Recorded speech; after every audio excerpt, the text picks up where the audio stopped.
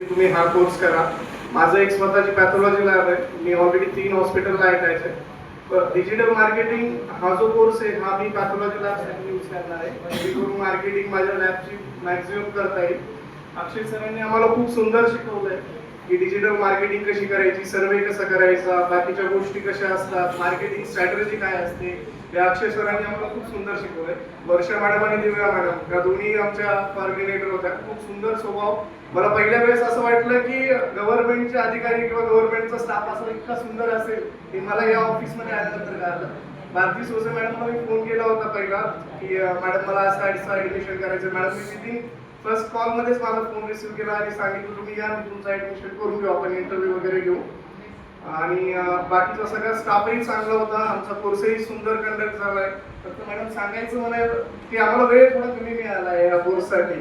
जसं आणखीन आम्ही खूप काही शिकू शकलो असतो यामधून. म्हणजे गडबड अशी नाही झाली की शिक्षण सरांनी फास्ट केलंय असं काही नव्हतं. या गोष्टी सरांनी बरोबर तुम्हाला कळालंय का, समजलंय का, सगळ्या गोष्टी कळाल्या त्यानंतरच सरांनी सिलेबस क्लोज केलाय.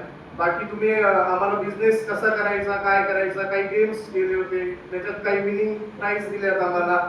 वेगवेगळ्या हे काय सबसिडी काय असते गव्हर्नमेंटची, ह्या गोष्टी आम्हाला खूप सांगितल्या सुंदर प्रकारे. तर असा आम्हाला कोर्सचा फायदा होईल. आता फ्युचरमध्ये तर आम्ही याचा फायदा घेणारच आहे पॅथॉलॉजी लॅबमध्ये.